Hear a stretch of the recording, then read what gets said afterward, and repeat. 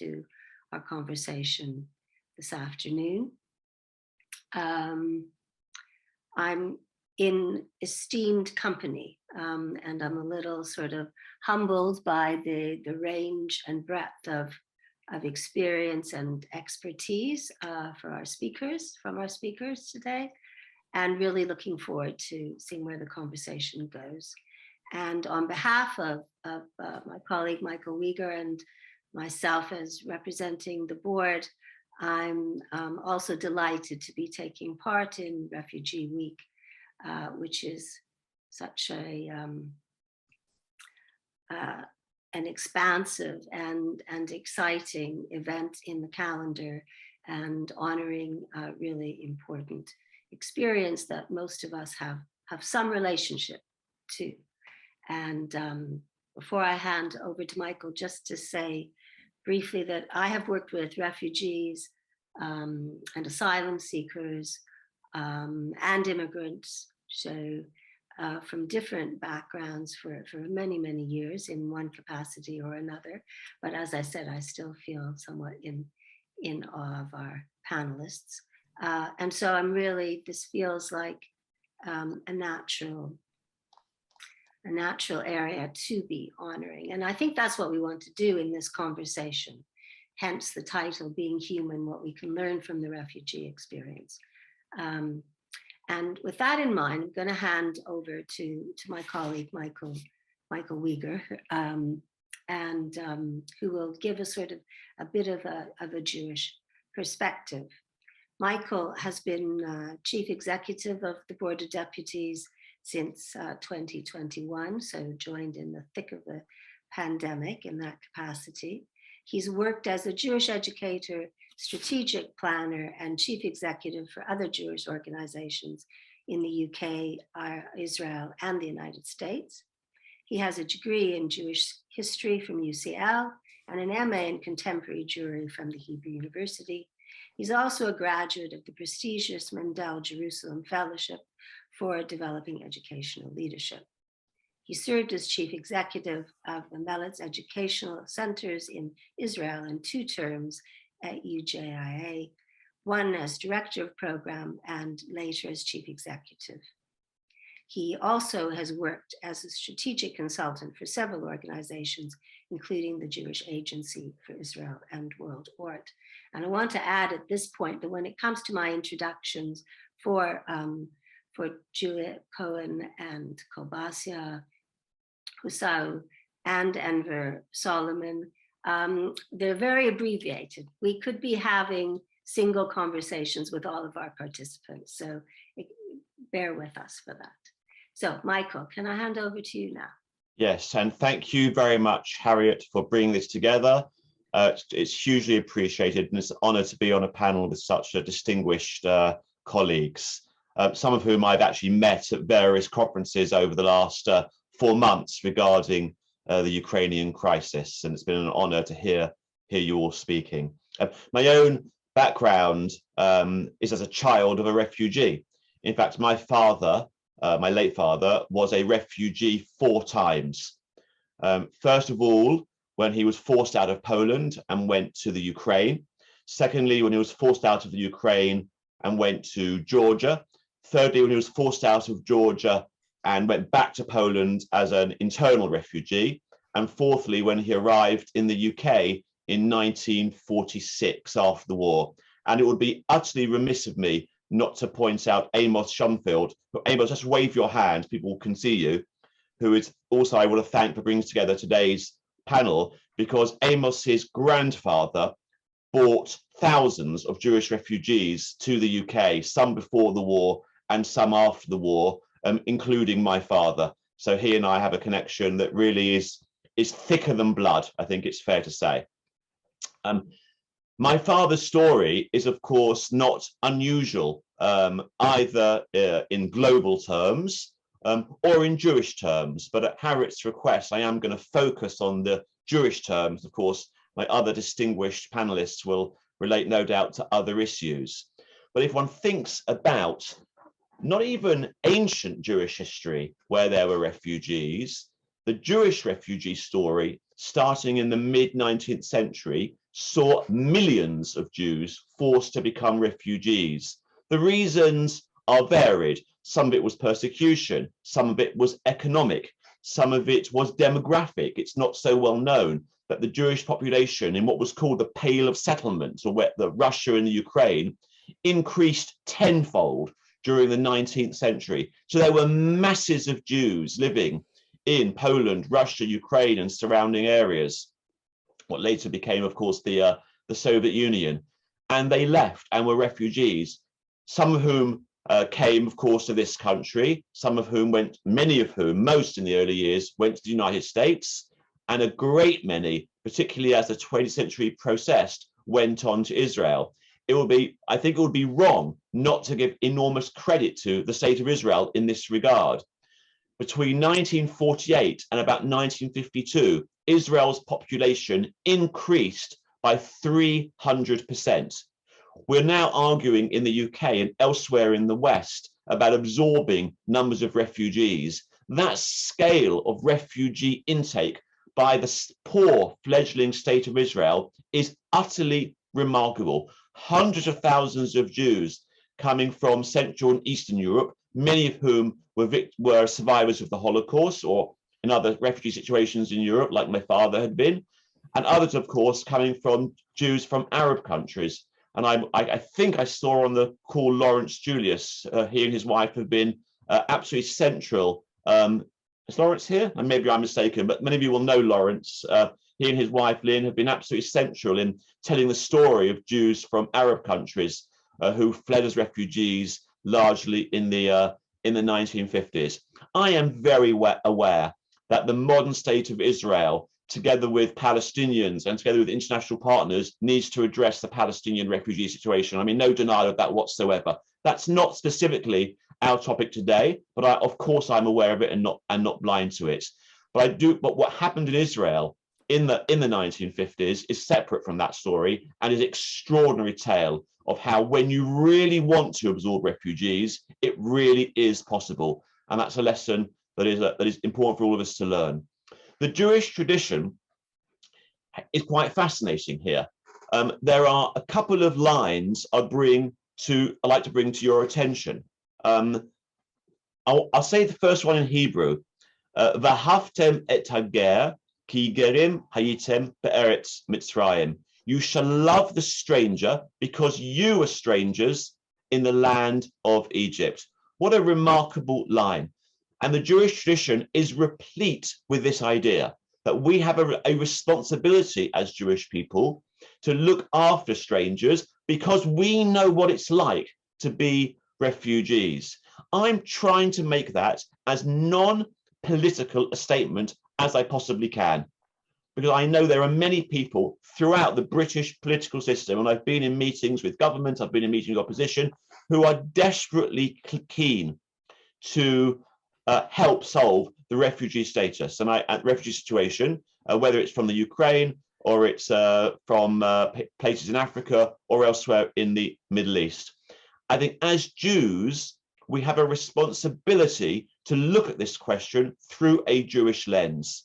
And for me, that line, that because we were strangers in the land of Egypt, that means we too have an absolute responsibility to think about this issue. And similarly, there is another line in the Jewish tradition, V'ahavta l'recha kamocha. You should love your neighbor like yourself. I am, of course, aware that there are some commentators who view that line as relating to Israel being the Jewish people, not the modern state of Israel in its classical sense. And of course, that is a legitimate interpretation of that line. And in fact, I've got some sympathy for the sentiment behind that. I think as Jews, we do have a responsibility principally to look after Jewish people. I'm a unashamed Jewish nationalist. I do believe that. But I don't believe there's a full stop at the end of that line. As Jews, we also have a responsibility based on that verse to look after people who are not Jewish. It's not a full stop, it's opening another sentence. And to be authentic, genuine, committed, serious Jews, we both have to look after our own Jewish community in distress, wherever they might be, and also stand up in the face of oppression and support and welcome and help refugees who are coming here, whoever they may be. There is a fascinating Jewish conversation about whether, as Jews, one has to help people who are enemies.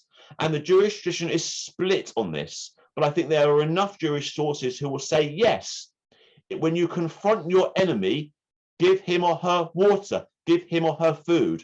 And of course, I am aware there are many refugees who have come to the UK who have come from places who hate Israel and very often hate Jews. You know what? There's a legitimate Jewish position which says that doesn't matter. We have a responsibility to help them anyway. And in the act of helping them, maybe we can turn hearts, maybe we can turn minds. So as I close this opening few minutes, I want to say I'm very proud of the board's work in this regard. We have collaborated both with Jewish agencies in our community and globally, and with agencies in Britain not attached to Jewish community, several of whom are on the screen here. I'm very proud of that work, and the board, certainly under my professional leadership, and I know the honorary officers agree with me, will do all we can to help support the UK in continuing to absorb refugees. Thank you very much. Thank you for that, Michael, for the breadth of your introduction, and I can feel that there are threads of potential conversation already bubbling as a result of your comments. I want to hand over now to Dr. Juliet Cohen. And as I've said before, I definitely don't want to shortchange anybody, but I've made these introductions are really sort of just sort of little sound bites. So Juliet presently is an independent forensic physician.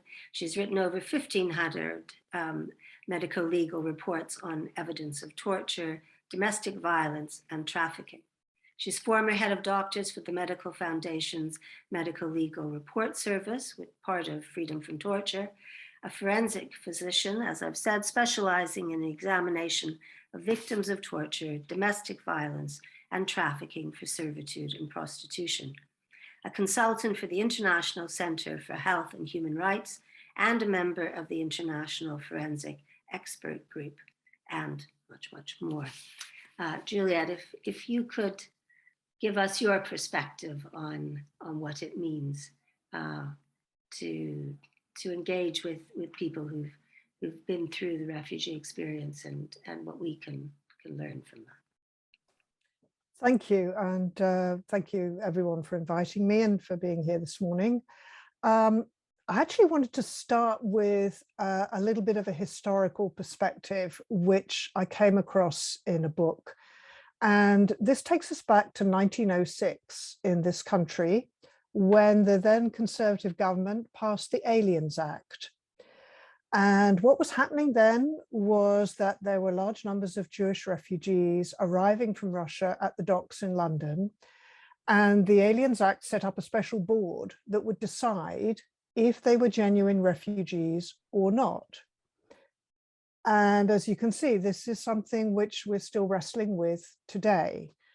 Now, my grandfather, who was then at the very beginning of his eminent career as a journalist, was able to spend time listening not only to the decisions of the board, but also to the stories of those refugees on the boat, waiting to know if they would be allowed to land or not. And what he learned was that, owing partly to faulty interpretation, partly to a misreading of the act by the board, and partly to the natural nervousness of the immigrants themselves, many of whom omitted to state facts that should have ensured their admission, many of them were rejected, and they were escorted back to the ship to be returned to Russia, and those men who had fled from ill treatment by the Russian army were then shot. Now, those of you who are familiar at all with the workings of the present-day asylum system will see that, having failed to learn those lessons of history, we're doomed to repeat them in our present asylum system. And those three failings of interpretation of the rules and laws, failure to ensure appropriate interpretation services, and failure to facilitate the really sometimes very difficult disclosures that refugees need to make to explain what has happened to them and why they had to leave. Those three elements are still playing out, sadly, every single day. And this is what I deal with in my daily work.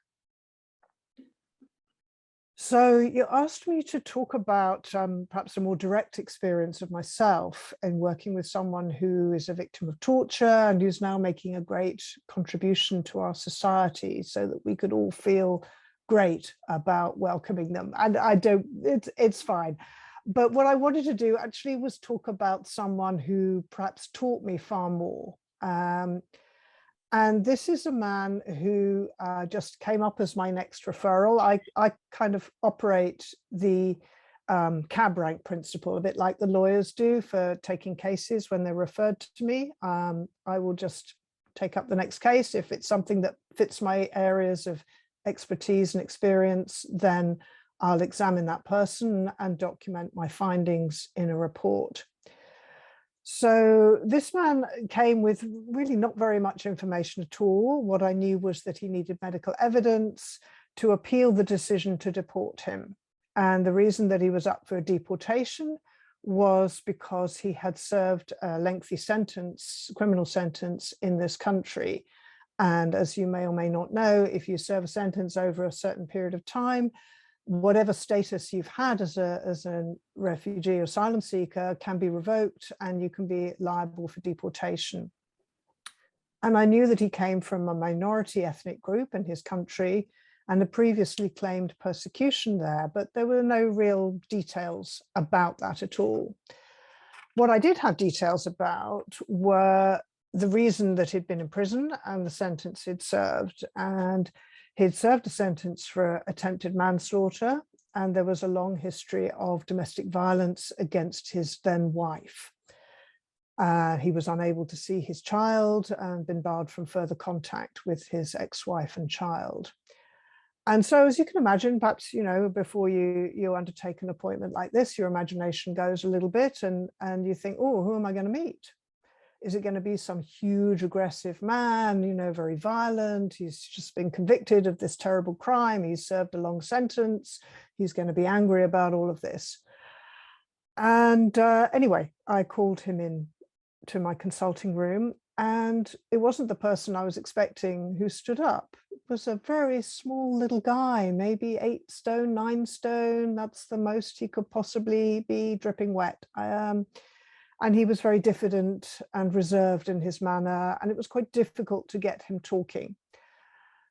But what I did find out when I heard about his story and why he had had to leave his country of origin was that he had been detained as a young teenager. He had been brutally tortured. He had been sexually tortured. And then he had fled to this country. And he'd tried to put it all behind him and build a life here. And he had never spoken about these experiences before. No one had ever asked him, and he'd never spoken about them. But unfortunately, he had carried them with him, and he was suffering from post-traumatic stress disorder. And one of the symptoms of PTSD that I think we don't really address properly or sufficiently is anger. And it's not at all uncommon for people with PTSD to suffer really badly with anger and difficulty in managing anger. And I guess it's a little bit our fault that what we want is someone who should be stoic about their suffering, or maybe they could cry a little bit about their suffering. And what we find very difficult to accept or to manage or to deal with is anger. And why the hell shouldn't somebody feel anger when these things have been done to them and no one has helped them and no one has addressed the problem or helped them to right the wrongs that have been done to them? So there was this guy, and really the anger that he had had to try to suppress and failed to suppress all these years was the heart of his problem. Now, hopefully in some way as part of that medical assessment, and largely, in fact, because of the work of a really good lawyer, it was accepted that as a victim of torture, he had a right to access treatment and rehabilitation, and the deportation order was stopped. Now, I don't know if he then did go on and make a great contribution to our society. Maybe he did. Maybe all he wanted and hopefully received was that chance to rebuild his life, to get granted access to see his child, and to be the father that he really wanted to be. Because that's really what we owe him as a survivor. And when I think about refugees' experiences, then this is really what I try to think about, is what can we do for refugees? And I think the first thing is not to judge those whom we do not know, and we don't know what they have passed through. To treat them as we would wish to be treated ourselves if we were ever so unfortunate as to be in their shoes. And finally, in the words of Helen Bamber, who treated survivors of Bergen-Belsen and later founded the Medical Foundation for the Care of Victims of Torture, and then went on to found the Helen Bamber Foundation, I'll never forget her words, which are simply, "Don't be a bystander." Thank you. Thank you so much, Juliet. Yes, don't be a bystander. I think that's partly what this conversation is about, for sure. And I suppose there's something about just the capacity that we tap into, or that people tap into, or the refugees tap into, that people who haven't had that experience don't know about, making that split-second decision of, we have to go now. And I suppose that's partly what I wonder about, and maybe we'll pursue that a bit later on. But yes, there's something about just honoring their experience. And I guess one of the struggles that as witnesses, as opposed to bystanders, that we all have is what we do with our anger. You know, that powerlessness that we feel. So yeah, I can really relate to that. I'm going to move on now, and discipline myself, and introduce our next speaker, Kolbassia Houassou. Kolbassia is a torture survivor who fled to the United Kingdom in 2005 to escape persecution in Central Africa. He co-founded Survivors Speak Out the next year in 2006, a national network of torture survivors and former freedom from torture clients who use their lived experience of both torture and seeking asylum to influence decision makers and to raise public awareness. He is a survivor champion for the UK government's Preventing Sexual Violence in Conflict initiative, and was awarded an MBE in 2019 for his work with survivors. Very pleased to have you, Kolbassia. Over to you. Thank you very much, Harriet, and thank you everyone, and also the opportunity for me to be here today and talking to you. I'm very, very grateful of that opportunity. And I think just listening to Mike and also Juliet, and I just remember a conversation that I was invited at the House of Commons by one of those working group on the all-party parliamentary group on the refugees. And I think in that conversation, I think the theme was how Britain can be a welcoming country, for refugees. And also I think not so funny, but the surprising thing is that at that moment, the chair of that group made a comment, but probably was taken out of context, say that when, refugees come in here, we need to educate them of how, they need to treat people or need to treat women or all those kind of things. And, I was there in front, and then the first question they asked him, what do you think, what could we do to make Britain a welcoming country for refugees? And then I respond by asking them question, do you know any famous refugee? And then I think someone said, Mo Farah. Right. I said, great. Yes, Mo Farah is a famous. He's running, 10K. I mean, is it 10K? Yes. Is it 10K? I think so. Or whatever, something 10, something like that. They're representing Britain. He won so many medals. And when you say Mo Farah, so everybody in Britain knows who's Mo Farah in. And then I did ask, I didn't continue saying to them that in 10,000 refugees, do you know how many Mo Farah in there? If they're given an opportunity, if they're given a chance. So, that's the scale of people that just need the opportunity, need the chance kind of to start a new life. And then that new life can be anything, as Juliet saying. It's somebody just want to be the best father that they can be, or the best mother they can be, or the best uncle, or the best brother, or the best sister, or the best whatever that. And somebody can try to be part of a community and have an impact in the community, changing and doing advocacy or using their voices, whatever that could be. But if we go back layer, before that, to understand why people have to flee, why people have to come in and seeking our protections, so that we understand that we are individual, right? And as individual, each journey for somebody fleeing to get to a place of a protection is unique. It's unique in a sense which each individual, whether that you're a child or you're adult, your experience is unique to you on how you sense everything that's around you. At the end of the day, it's all about, survival, because that's the instinct that we have.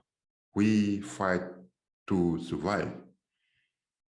And when we were faced with a danger which has a greater power than us, the only option we have is to flee, is to run, is to go somewhere where we can feel that we can be safe, we can be protected. And what happened to me, and that's what happened to the person Juliet was talking about, and that's happened to the thousands or millions of Jews which have to flee to find a place of safety. But what do we have in common? The thing that we have in common is that at that moment, there is a basic element of which a human being need to benefit of is stripped away from us. We don't have a power, we don't have a right, and we are rejected, and we don't have the means to even to cater for the basic that we need. And for every single refugee you take, we have that experience. And with the fact that we don't have, we are stateless, is added to the experience of rejections, of worthless and shame and stigma. When I was in the torture chamber, my experience has not started from that moment where I'm in torture chamber. My experience started the moment where I was apprehended, when I was taken away from my family, when I was put in whatever that car is, when I was being driven somewhere where I don't know why and where I'm going, and I have not have any power to say anything or absolutely. At that moment, I lost all my right, I lost all my power. And anything can happen to me by those people that are taking me there. Put me in a camp, in a military camp with nothing, no way for me even to ask a question about why I am here. What is happening? Absolutely nothing. It's only question that's been asking me question, and for me to answer those questions, and to answer the question to the level of satisfaction. If they're not satisfied with my answer, then they put me on the pen, and so on. So at the end, I didn't have any other options than only to flee. That's the only option that I had. But I could not just flee because I did not have the power, to flee. I was there for 7 months till I find an opportunity, a window to flee. And then I grabbed the opportunity. And the next stage for me has more, I was kind of under control of my survival instinct, because at that moment, I don't think that I was controlling anything anymore. Because when you're scared, when you're fleeing, there is something that take control of that, of your destination, of your power, of everything. So I was just, following that. So then, through those journey, I was just keep going. For me, the most important thing is to find a place where I can feel that I'm gonna be far away from the danger. That's my objective, just to be far away from the danger. And at that moment, I felt that if I put 2 or 3 countries between myself and my country, so that I'm gonna be far away, at least for a certain period of time. And but luckily for me, I end up in the UK. And end up in the UK, I felt that I have a better chance, because the UK is a civilized country and there's a human rights and so and so. And I have done nothing, to deserve anything other than maybe, acceptance and protections. But my biggest surprise was absolutely the opposite of that, because I was put in an immigration detention center to be deported back. Just imagine that, you have flee, you have journey for, more than 6 months. And is that in that journey, is no journey controlling the journey where you face a risk and you face quite a lot of things in that journey. And you arrive in some place where you feel that at least I arrived somewhere, and then you're finding in a position of you're going to be sent back without you having a power to resist. You're just going to be sent back there without you being given an opportunity to be heard, in a sense, or say why I'm fleeing, why I'm here, why you don't need to send me back, why. If you send me back, my life is end, and all those kind of things. It's one of the, I think for me, it's one of the difficult moments in my life, because prior to that, my mode was only on survival.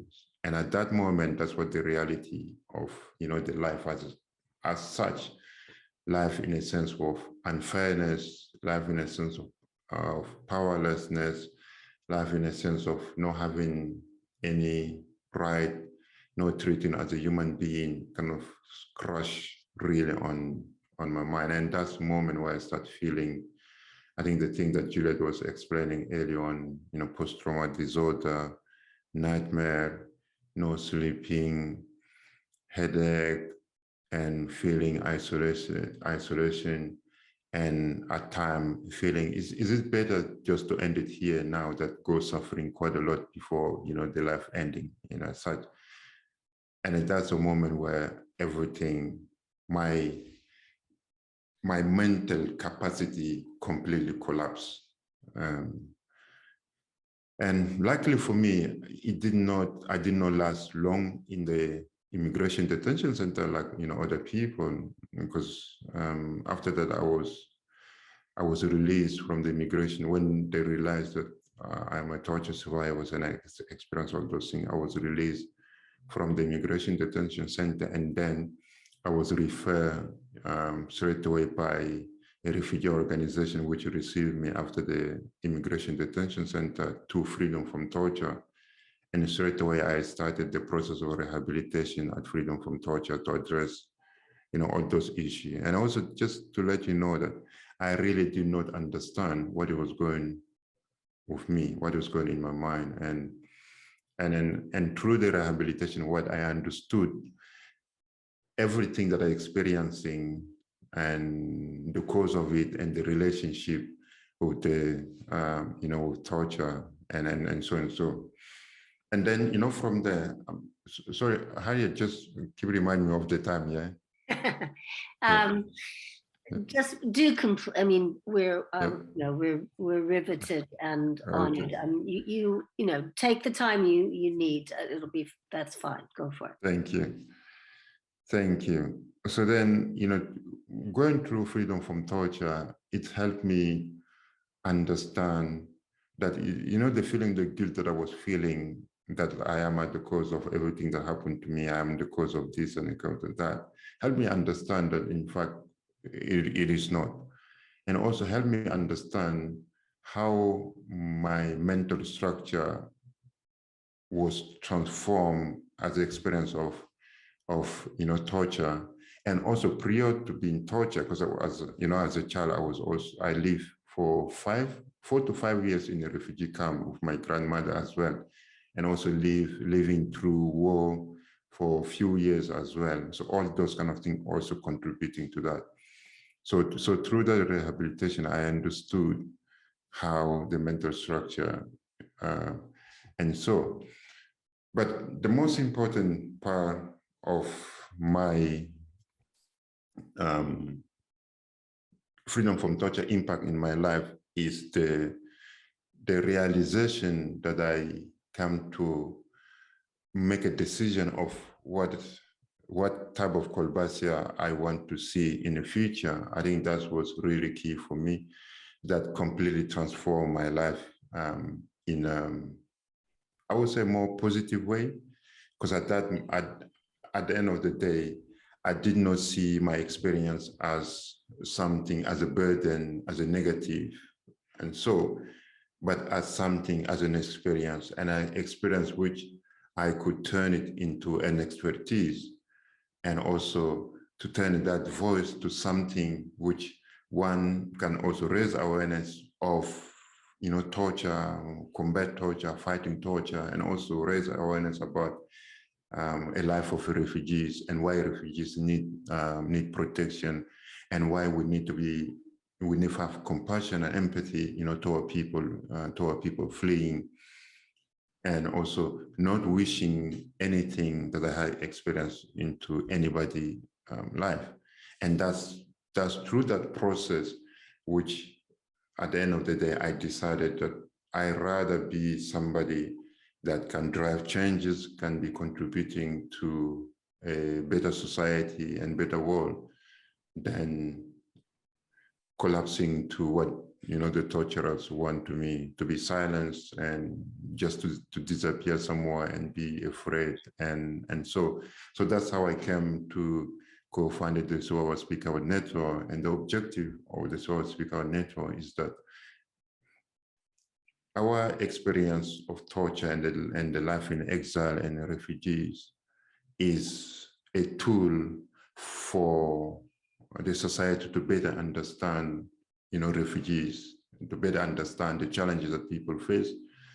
And at the same time, how could we contribute to recommendation, to helping building policies and contributing into debate, where for decision makers to make a better decision into what policy that is needed when we want to support people. So go back to the question of how could we make Britain a welcoming country. We just need to look at history of Britain. Britain is built. I'm going to stop you there. Yeah. Okay.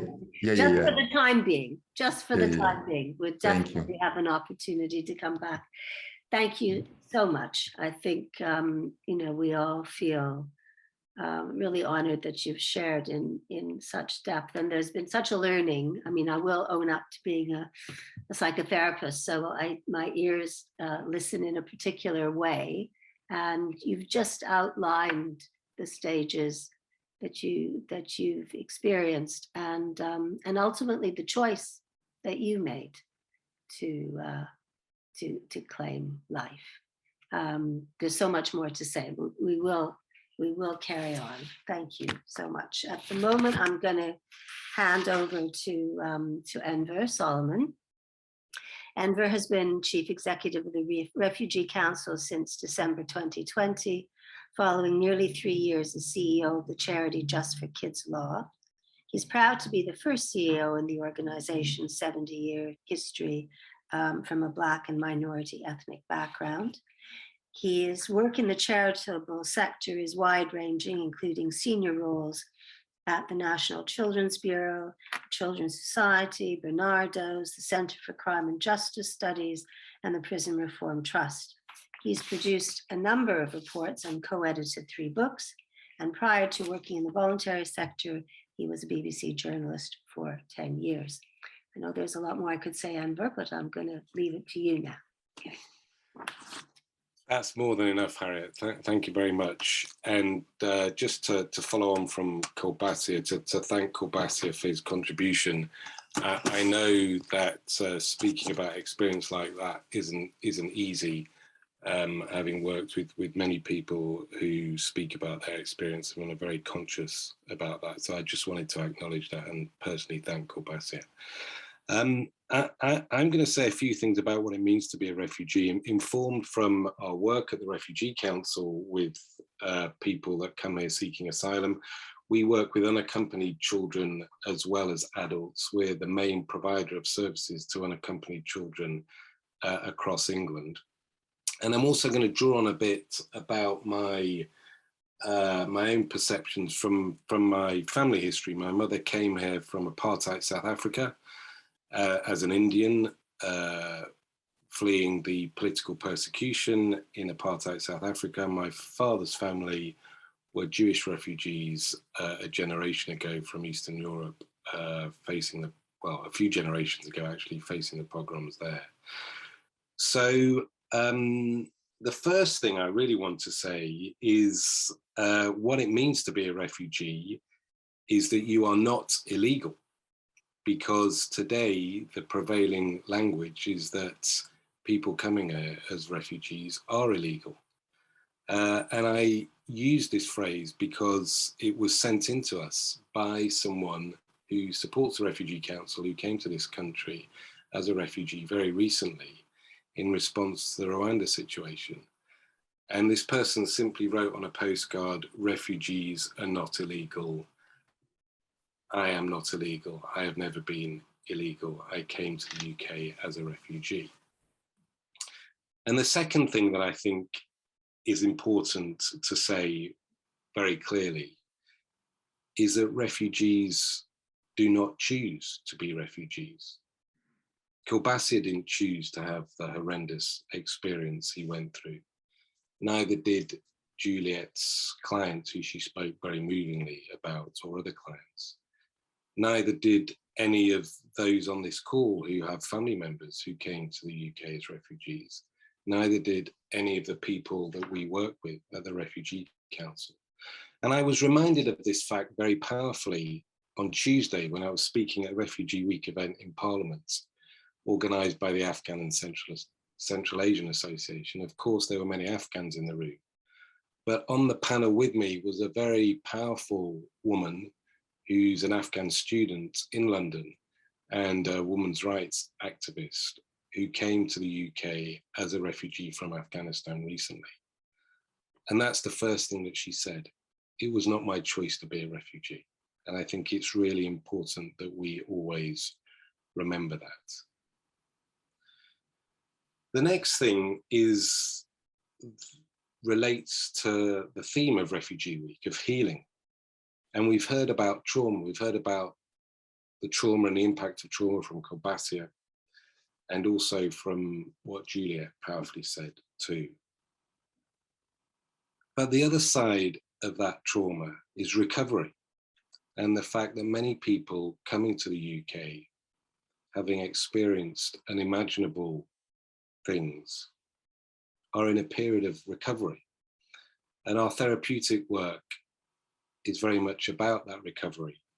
And when I often talk to our staff that work providing that therapy work, they often talk to me about the experience of recovery.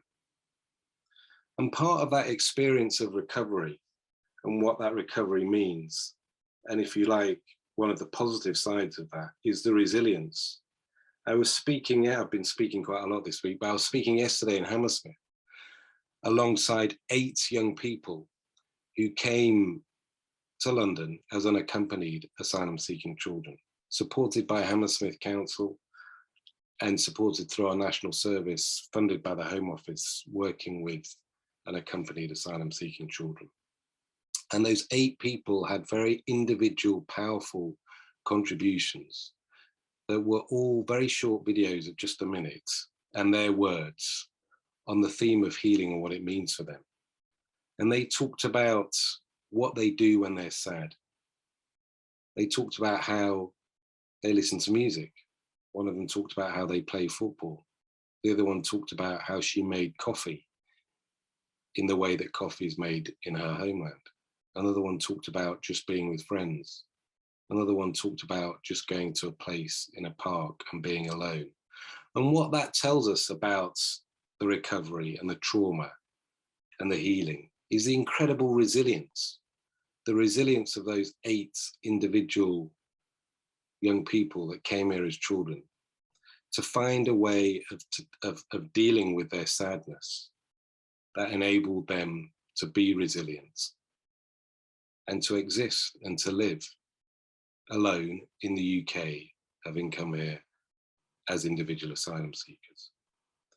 The next thing I want to mention is family separation, because that is an extraordinary thing that so many people have to go through.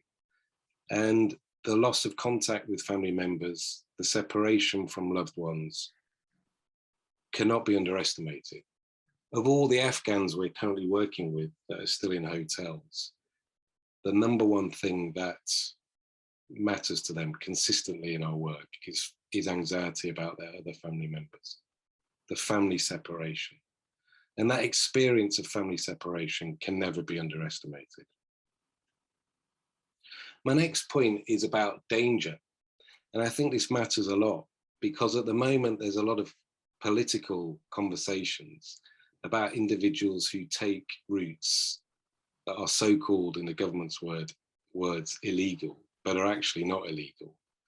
They're routes that people have no choice to take, that are highly dangerous, flimsy vessels crossing the channel, being exploited by people smugglers. Those are the only dangerous routes that people can take because they have no other choice, because there is a lack of safe routes. And what it means to be a refugee is that you expose yourselves to extraordinary danger. My fellow CEO at the Scottish Refugee Council, Sabir, who came in from Afghanistan, talks about his experience of being locked in the back of a lorry. I've heard stories from other people of being in refrigerators with their children. They gave tablets to their children so they would go to sleep whilst they were in that refrigerator to get to safety in the UK. The danger that people put themselves through is extraordinary. My next point is that to be a refugee is also to be a human, of course. And it's easy to forget that, isn't it? When the government talks about illegal migrants, when the Home Office, and I never cease to be amazed by this, and I go to many meetings with Home Office officials, and Kolbassia will have heard this as well, talks about people in the asylum system as customers, as though they're purchasing something from John Lewis or Sainsbury's or a high street store. They're human beings. They're men, women, and children like us. That's what it means to be a refugee, not to be a customer, not to be illegal. And with that comes the importance of dignity. and the need for dignity and respect and to be treated with humanity. And there's one thing that we've been doing in this country to undermine that dignity, that need for dignity and humanity, which is quite extraordinary. In this day and age, our mobile phones matter to us in many different ways. For refugees, it's their lifeline to stay in touch with the communities they've come from. It's their lifeline to know what is going on with them in terms of their claim for asylum. And yet, what do we do in this country? We confiscate them. We take their mobile phones off them when they arrive. We dehumanize them as a result. We say to them, you're not worth the dignity that other human beings are worth. It took a High Court judgment to challenge the Home Office and officials' decision to take mobile phones off people that come here. Quite extraordinary if you think about it. And my final point is the point of contribution. And this is one that I saw from my own family, from my mother, who always wanted to give back to this country. She wanted to work as a school teacher up in Manchester, where we grew up. She applied for many jobs as a school teacher. She kept on not getting them as a primary school teacher in the 60s and early 70s. That was because of racism. She was qualified, she had the skills, she spoke English. It was the racism that existed in the 60s and 70s that meant she couldn't get a job as a teacher. She gave up. She retrained to become a social worker. And she went on to have a career as a social worker. She was determined to contribute to the UK, to help vulnerable people in her community. And that is the story of so many refugees, of so many people who come here seeking asylum. I remind people that in the fight against the pandemic, there were so many refugees keeping us safe, as auxiliary staff in the NHS, as care workers, as doctors, as nurses, even as high-ranking consultants. One of my own children got a terrible bacterial infection because their immune system was weakened as a result of the pandemic. It was a consultant ear, nose and throat specialist who treated them at University College Hospital, who came here, believe it or not, as a refugee when he was a young man from Iraq, went on to qualify as a consultant ear, nose and throat surgeon specialist. So to be a refugee is also to want to contribute. And we were reminded of that at the Refugee Council when just over a year ago, we developed a new strategy and we mentioned contribution as being part of our mission. And it was contentious because a lot of staff in the Refugee Council that have learned experience feel the notion of contribution is sometimes, they're quite conflicted about it. But refugees were very clear that they do want to contribute to this country. And they want to be able to be supported, to have the capacity to contribute. So to be a refugee is to be valued for your contribution to the UK and to be seen to be an equivalent citizen in the UK as any other British person. I'll finish there and I'm very happy to take questions. Thank you very much. Thank you so much, Enver, for your thoughts and your experience and identifying those elements of just common humanity. It's as simple as that. I don't know if the three of you would like to follow up on anything between yourselves before I open to the rest of our audience. Actually, that was very rude of me, the four of you. Excuse me, Michael. Yeah, I don't know if there's anything any threads you'd like to pursue. I'd rather hear from the people on the call and see what they'd like to ask to any of us. You agree? Yeah, same. Yeah? Okay. Yeah, I agree. Yeah. Okay, lovely. Okay, so yes, we'll open now to to the rest of the gathering.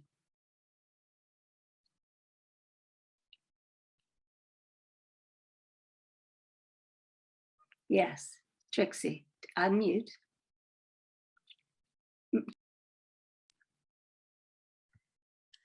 Okay, thank you. Thank you very much for everybody's contribution, which I found really very interesting. I am a refugee myself, a political refugee from Hungary after the revolution in 1956, and I came here as a child. But what I would like to ask is, do the panel think that there is a difference between political and economic refugees, or does the name refugee imply that all the refugees are political refugees?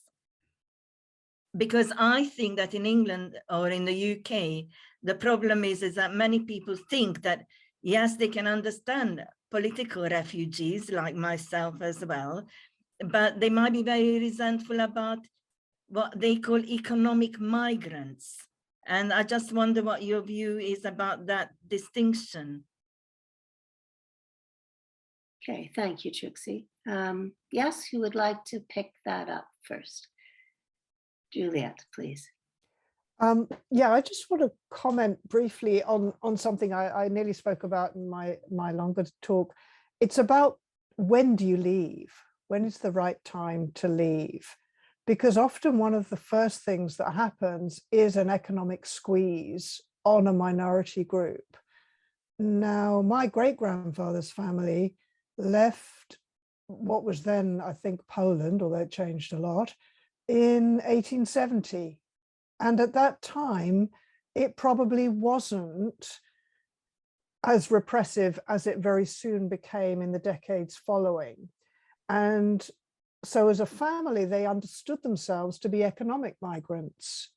But very soon they were followed by many, many more. I think the difficulty of choosing when is too soon to go, are you jumping the gun? This is a really vexed question for refugees. And one of the things that I always remember when I'm hearing these terrible stories about boatloads of migrants and what they suffer is, when I was a child, my father was teaching us Jewish history, and we looked at Martin Gilbert's Jewish History Atlas, which is a wonderful history book. And there's a double-page map of Europe with the boats that left Europe with Jews trying to seek safety around the world in the 1930s, and the quotas that operated that prevented many of them from being accepted. And the most famous of those boats was, I think, called the St. Louis, which traveled around many countries and was then returned to Western Europe. And most of those on board were returned to countries that became under Nazi control and then died. When they left, many of them were seen to be economic migrants. Things weren't that bad. Why are you leaving now? It's a slippery slope argument. And I just think we need to reflect upon that, how difficult it is to know what's in front of us. All we know is what happens to those who waited too long and who didn't leave in time. Thank you, Juliet, and for emphasizing that point about that question, that invidious question about timing. Similarly, my families come from Lithuania, Russia, and Vienna, and all ostensibly were immigrants out of choice. But as you're saying, it's the sort of judging the climate, both either be feeling economically squeezed or simply that the zeitgeist, there's some very scary, unsettling feeling. And more recently in Jewish history, you could think about the people who left France to come here. And of course, there is an existing French Jewish community, but there were terrible incidents that prompted a feeling of, where is this going? And that is the difficult question to grapple with at the early stages. Anybody else want to comment on Trixie's question before I pass on to you, Anne? Just briefly, I think it's important to understand the UN Convention on Refugees, and the threshold is a well-founded fear of persecution. And obviously that came into being in 1951. I'll have to test in a minute, because we're just watching the program. Oh, sorry, I think someone's got their... I've just muted, they're muted. Okay, thanks. And that came into being in 1951 and then was extended further, of course. So that test of a well-founded fear of persecution is very clear in the convention.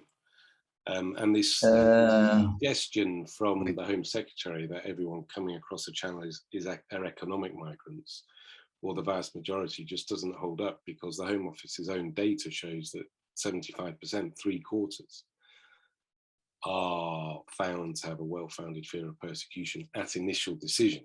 And then the proportion increases even further to 80+% following appeals. So the reality is that the vast majority, 8 out of 10 we're looking at now at least, come here as refugees, as defined in the UN Convention. People coming here as economic migrants, there's a separate argument and debate to be had about the need for economic migration, not least given the vast labour shortages that are very clearly articulated by senior business leaders, who will write about it in the pages of the Financial Times, the need for skilled economic migrants across a whole range of skills, high and low skill sectors, to come to the UK and to be part of the UK economy. Thank you. Yes, thanks. Yes, next question, unless Kolbassia or Michael want to add anything? Yeah, thank you. Sorry, this is... I think Anne and Bob, they wanted to ask questions, so they have their hands up. Okay, yes. Anne, Bob? You wanted to say what I was going to say. No. Well, I think the main thing is for people not to treat you like a little refugee, for people to treat you like an ordinary human being, to have normal interactions. I mean, when I first came to this country, I didn't have a very good English. I had a bad accent and so on. But I was so thankful when people did actually listen to me and didn't point out the fact that I had an accent and that somehow I was different from other people. And the people that made me feel at home, as if, as I say, I was an ordinary human being, not somebody from outer space. I was really, really grateful. Just for people, thank you so much for that contribution. And I was very struck with Enver's point about worry about what's happening to the rest of your family, because in a way it wasn't bad until the war started, because we were in constant contact. But once the bombing started, it was very, very difficult to cope with that. In a way, we're very happy that Germany was being bombed. But what happens? What if our parents are under there? Yes, exactly. That was a fear. There was a real great fear. They always went to bed with that. Yeah. Thank you for those contributions. For those that don't know, Bob and Anne are treasured members of the Liberal Jewish Synagogue and ex-presidents of the Liberal Jewish Synagogue. Any comments following those? Okay, let's move on to the next question. Could I have a follow-up question? Go for it. I was in touch with my MP a little while ago about the Auftabs Amendment and various other things to do with refugees. And I got a very, very hostile response. He couldn't see the problem at all. The government was doing exactly the right thing. I wasn't going to get past him. How does one deal with that? So just for people who don't know, the Al-Dabs Amendment is to do with unaccompanied minors, and Enver referred to this a bit earlier. What would our panel say? Can I ask who your MP is? Sorry. Sorry? Can I ask who the MP is? Am I allowed to say that? Up to you, Bob. Up to you. David Simmons, who happens to be the chair of the all-party Committee on Migrants. Yeah, well, really, you should get a better response than that from David Simmons. Well, my point. That's very disappointing. This is the man who chairs that committee. Yeah. He's just been outed. Yeah, I mean, it's I think it's good to engage in a further conversation where you can. I think it's always good to go and visit them if you can. You might not be able to at their surgery and engage in conversation, because I think it's through conversation that we have the dialogue that matters. But then I think it's also important to try and mobilize other people in your community. And there's a lot of mobilization work that Freedom from Torture are involved in, and others in the refugee sector, so that they can make the same point, because numbers matter to an MP. If more people are mobilizing in their constituency, then they're more likely to listen and engage. Okay, thank you.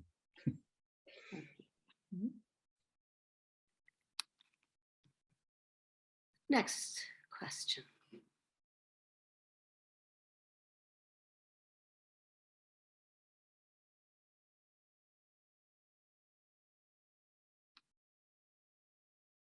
We've got Amos that having his hands up. Go for it, Amos. How could I have not noticed? Right. And then there's Jonathan after me. Thank you, all of you, for your fantastic sort of testimony and sharing and thoughts and expertise. I wanted to go from Freedom from Torture and Refugee Council are obviously sort of large national organizations that do a huge amount that's invaluable.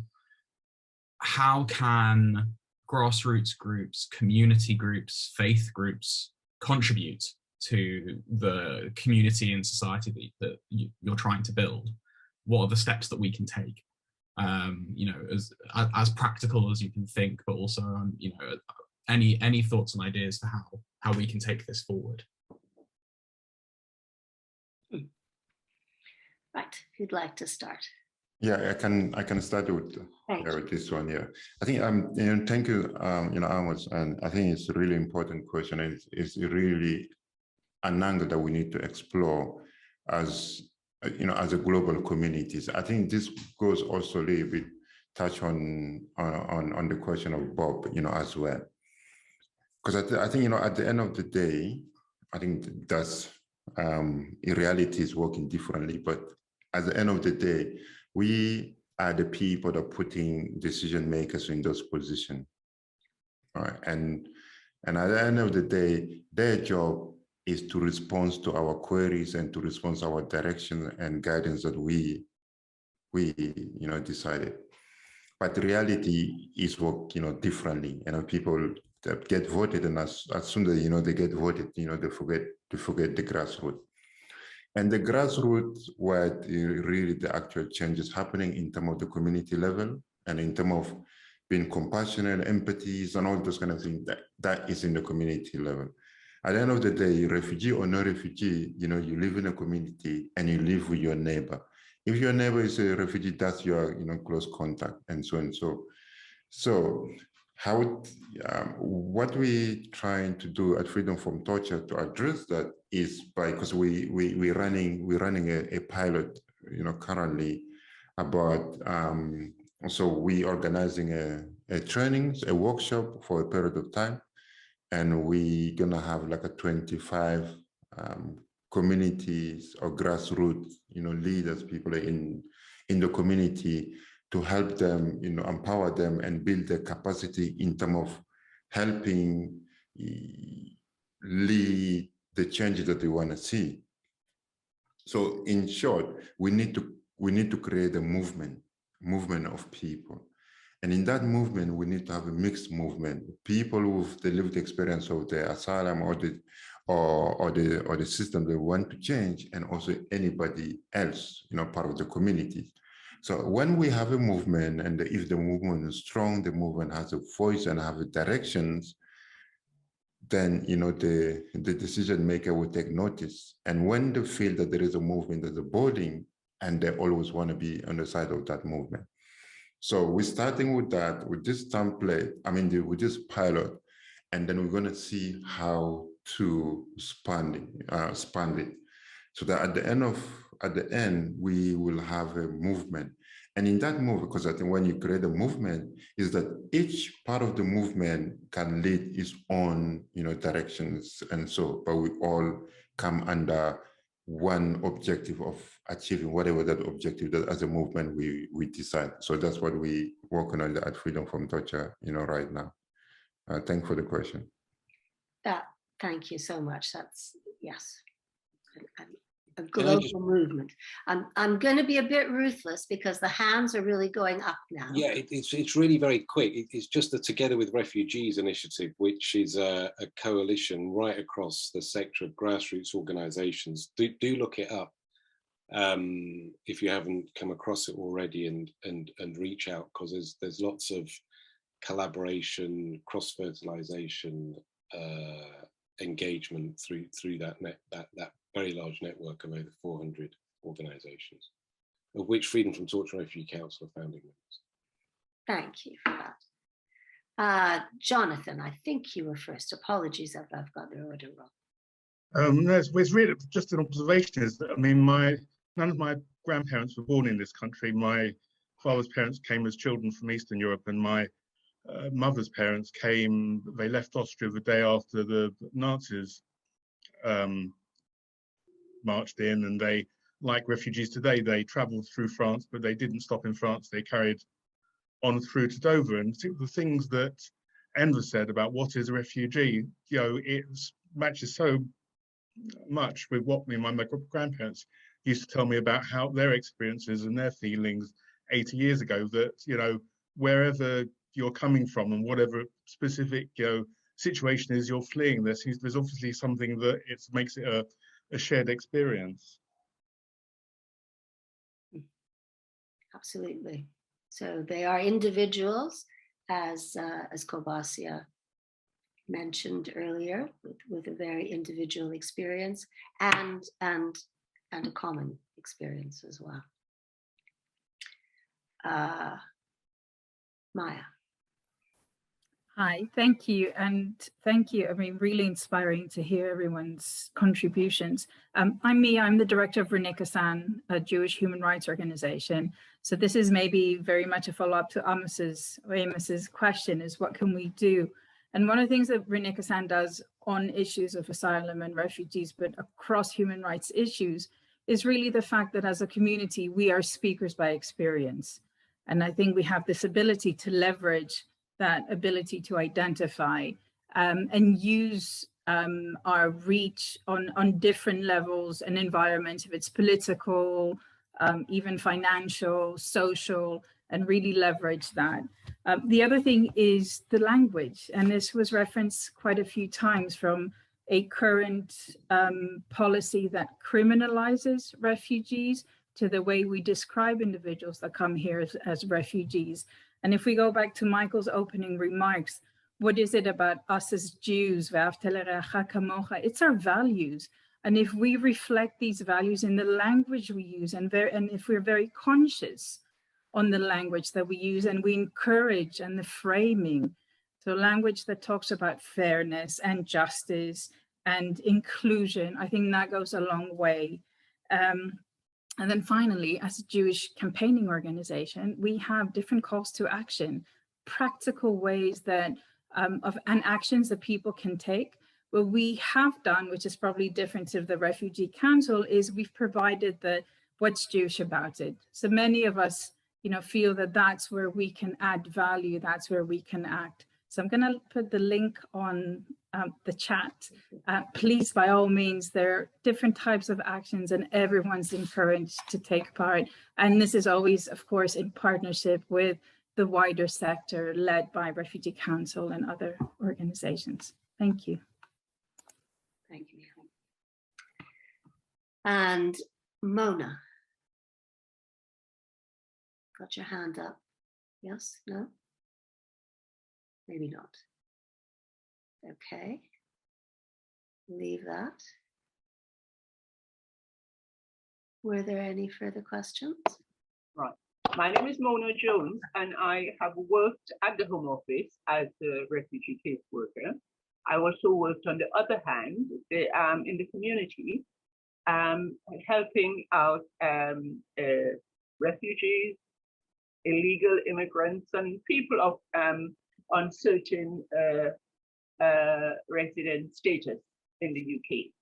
I have also had the privilege of being a volunteer at a drop-in center in the synagogue. The question is, what can people do at the grassroots to actually engage with the situation of refugees?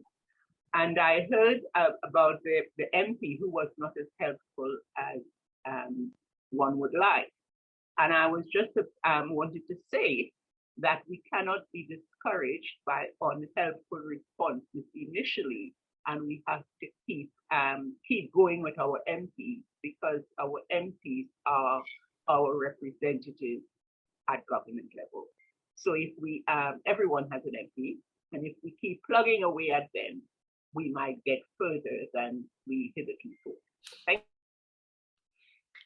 Thank you for that. I think that's right, that we've thought about to some extent what the grassroots organizations can do and how they can coordinate with each other.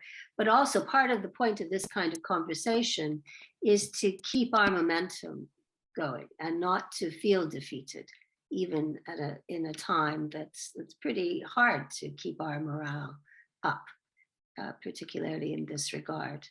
But just this feeling that I can sense that the idea of welcoming the stranger, which is where we began, is something that we all embrace, and that the stranger is actually one of us.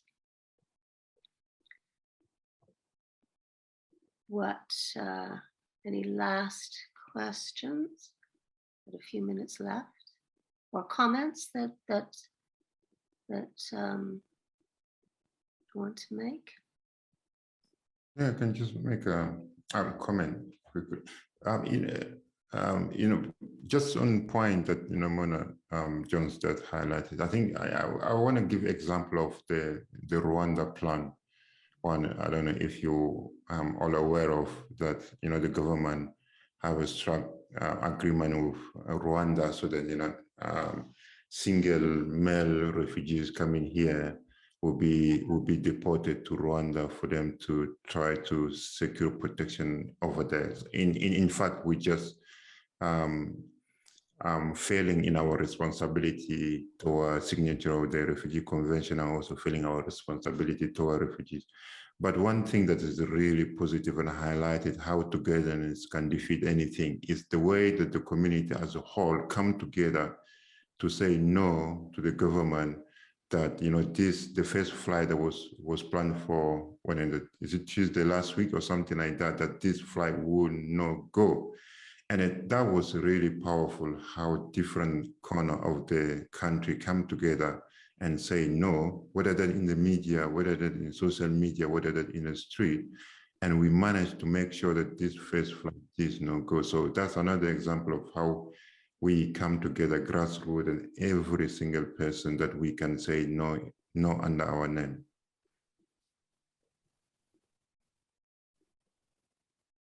Absolutely.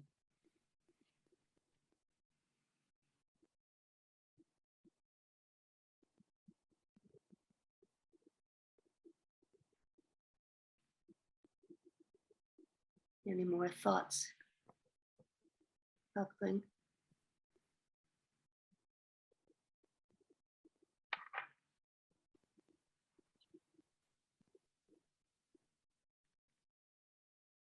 So I suppose I would like just to ask anyone on the panel with the range of either firsthand or secondhand experience that you have, and bearing in mind the legislation that we have to work with, and actually I'd include you in the conversation, Mia, if you'd like. I'm just wondering, so we're talking about organizing, we're talking about how do we bring these ideas? It's not just the sort of organizing. How do we basically undo the notion that we have of what it is to be a refugee? I don't mean what we have here in the room, but more generally. How do we take away the sense of threat or alien or unjustified or somebody we want to distance ourselves from? How do we rewrite that? It doesn't seem like it's fundamental to humanity, but somehow it's been part of the zeitgeist for a very long time. Yeah, yes, I can. Yes, please. Yeah, I can start again. I want to use an example just to I think we need to be really alert and very mindful of the languages that the politicians use, which is more dividing languages, which contribute to the shifting the conversation away from refugees as a people rather than refugees as a token. Such, just take. I was just reading, early on, Sabir, Enver mentioned that, and he said in his tweet, that calling to journalists that if you're contacting me, and if you saying that Ukrainian are displaced people, Syrian, Afghan, and everybody is a illegal migrant or is illegal refugees and all those kind of things, so they don't talk to me. So what we tending to see kind of lately is how the government using those kind of divisive languages, creating a layer of good refugees and bad refugees. Ukrainians are deserving refugees or deserving people that deserve protection, and anybody else is just need to be deported to Rwanda or need to be deported somewhere else. And we need to be really mindful and aware of those. Otherwise, we will contribute into that, creating separation between good refugees and bad refugees. And it's really important. I'm really glad and honored that, for example, the panel, not the discussion today, happened, because that's how we bring like a different experiences, together. And then at the end of the day, anybody can suffer the consequence of being a refugee. Absolutely. Thank you, Kolbassia. Enver, you're busy nodding. Did you want to add anything? No, Kolbassia is very eloquent on this. Language really matters. I would urge everyone, and I always say this, to have conversations in your communities, through your neighborhood networks, through your workplaces, because it's by having conversations, by doing our own part of mobilization, that we can build a critical mass that Kolbassia talked about earlier, to shift the narrative, to create the bottom-up pressure for a very different approach, an approach which is based on humanity, fairness, dignity, and those values that we hold dear. Thank you. That seems the perfect opportunity for me to wind up and to thank all of you, Michael, Kolbassia, Enver, Juliet, who I can't set eyes on at the moment, for such a rich and moving and insightful conversation. And there is somehow, as you've been saying just now, when we do come together in this way, there is a hopefulness that emerges, actually, that if we can listen to each other in this way and care and be affected and recognize that distance is artificial, then we can actually play our part, feel inspired and reinvigorated to play our part at the grassroots level, or those of you in major organizations that lead us to change the situation. So thank you all very, very much. And thank you for joining the conversation, all our participants. And we'll see, I'm sure we will meet again.